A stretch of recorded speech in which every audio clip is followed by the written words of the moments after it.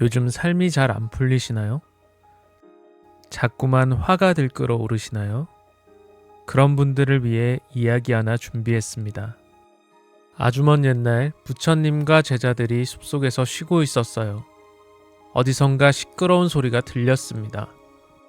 명문가 출신의 청년 30명이 소풍을 나와 술을 마시며 놀고 있었습니다. 이들 중 한 청년이 아내 대신 내연녀를 데리고 왔습니다. 청년들이 모두 술에 취해서 정신없이 놀고 있는 도중 내연녀가 기억하시죠? 아까 이 사람. 청년들의 귀중품을 훔쳐서 도망가 버렸습니다.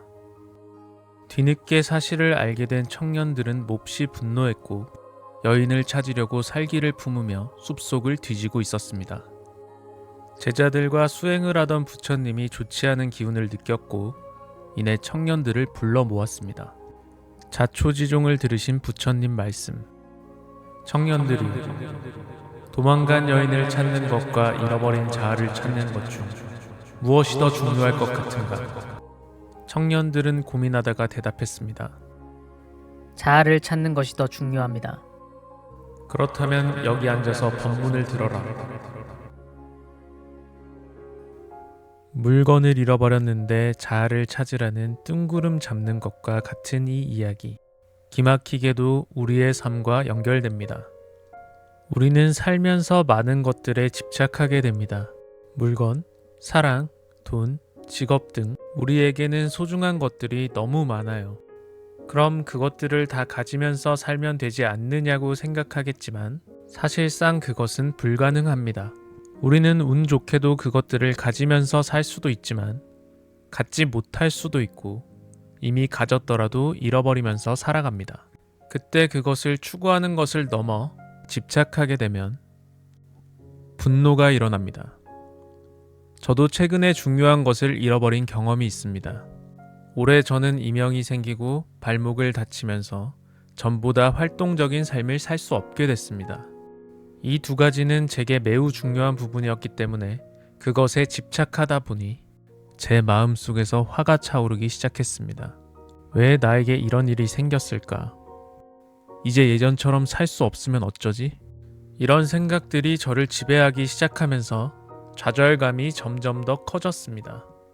그러다 보니 마음의 여유를 잃고 예민해지기 시작했습니다.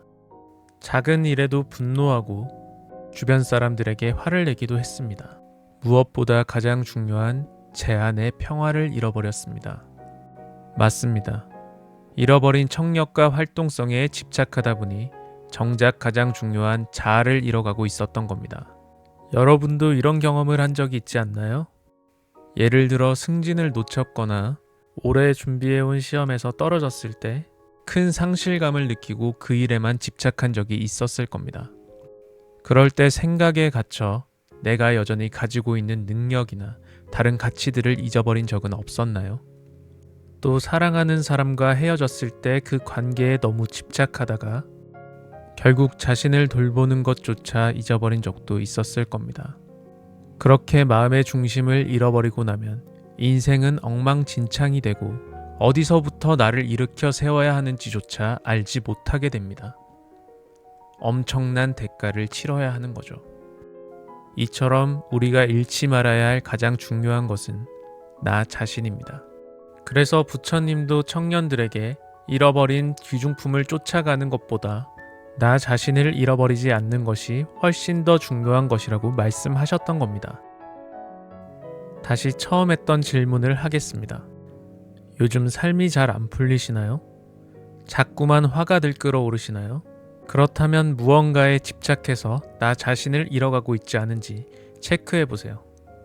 잃어버린 것에 집착하면 나 자신을 잃고 인간관계, 마음의 평화, 우정, 사랑 등 더 커다란 것을 잃을 수 있습니다.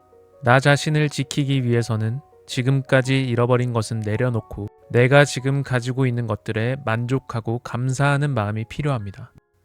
여러분이 잃어버린 것에 대해 집착하다가 스스로를 잃지 않기를 바라면서 영상 마치겠습니다. 지금까지 여러분들에게 사유할 거리를 올려드리는 사유식탁이었습니다.